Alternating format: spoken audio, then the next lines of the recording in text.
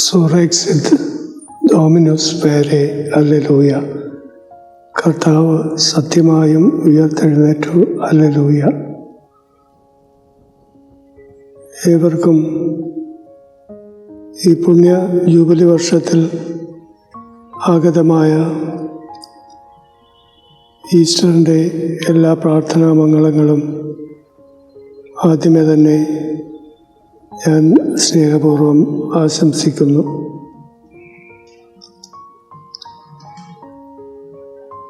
ആദിമ ക്രൈസ്തവരുടെ ഇടയിൽ നവമായി മാമോദീസ സ്വീകരിച്ചവർ അറിയപ്പെട്ടിരുന്നത് പ്രകാശിതർ എന്നാണ്. ഓരോ ഈസ്റ്റർ മഹോത്സവവും ക്രിസ്തുവാണ് എന്ന നിത്യപ്രകാശത്തിലേക്ക് നമ്മെ നയിക്കുന്ന പുണ്യമാമോദീസ ദിനമാണ്. പുണ്യമാമോദീസ അനുഭവമാണ്. പാപത്തിൽ മരിച്ച് യേശു ക്രിസ്തുവാകുന്ന പുണ്യപ്രകാശത്തിൽ നാം ഉയർത്തെഴുന്നേൽക്കുന്ന അനുഭവമാണല്ലോ ഈസ്റ്റർ.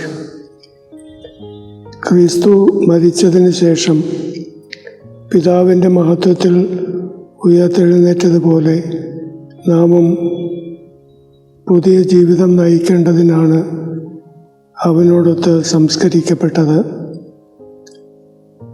ക്രിസ്തുനാഥൻ്റെ ഉത്ഥാനത്തിൽ വിശ്വസിക്കുന്നവരുടെ സമൂഹമായി സഭ നിലകൊള്ളുന്നതിൻ്റെ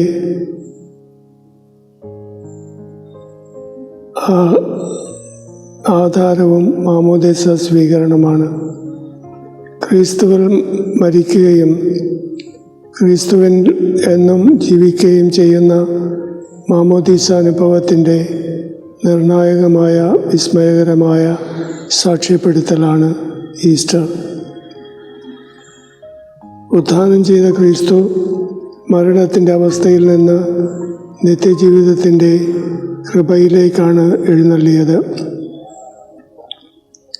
പുനരുത്ഥാനത്തിലൂടെ ക്രിസ്തുവിൻ്റെ ശരീരം പരിശുദ്ധാത്മാവിനാൽ നിറയുകയും ചെയ്തു. മഹത്വപൂർണമായ സ്വർഗപ്രാപ്തിയിലൂടെ അവിടുന്ന് ദൈവിക ജീവനിൽ പങ്കുചേർന്നു.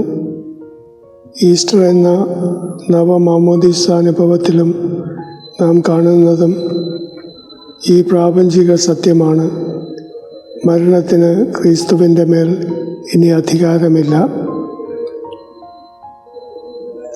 ക്രിസ്തുവിനോടൊത്ത് ഐക്യപ്പെട്ട് ജീവിച്ചാൽ അവിടുത്തെ കൃപയാൽ നാമും ഉയർത്തെഴുന്നേൽക്കുമെന്നാണ് ഈസ്റ്റർ നമ്മെ പഠിപ്പിക്കുന്നത്. നാം ഈ മണ്ണിനുള്ളവരല്ല, മറിച്ച് വിണ്ണിലുള്ളവരാണെന്നും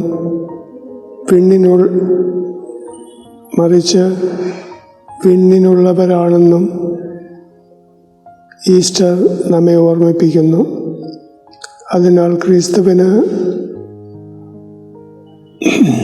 യോഗ്യമായ ജീവിതം നയിച്ച് നവമാമോദീസായാൽ മുദ്രിതരായി സ്നേഹത്തിൻ്റെയും സമാധാനത്തിൻ്റെയും ക്ഷമയുടെയും വഴിയിലൂടെ നടന്ന്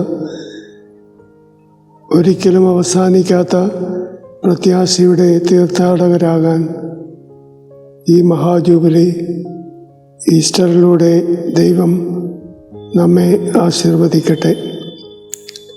ഏവർക്കും ഒരിക്കൽ കൂടി ഉയർപ്പ് തിരുനാളിൻ്റെ ആശംസകൾ. കർത്താവ് സത്യമായും ഉയർത്തെഴുന്നേറ്റു. ഹല്ലേലൂയ.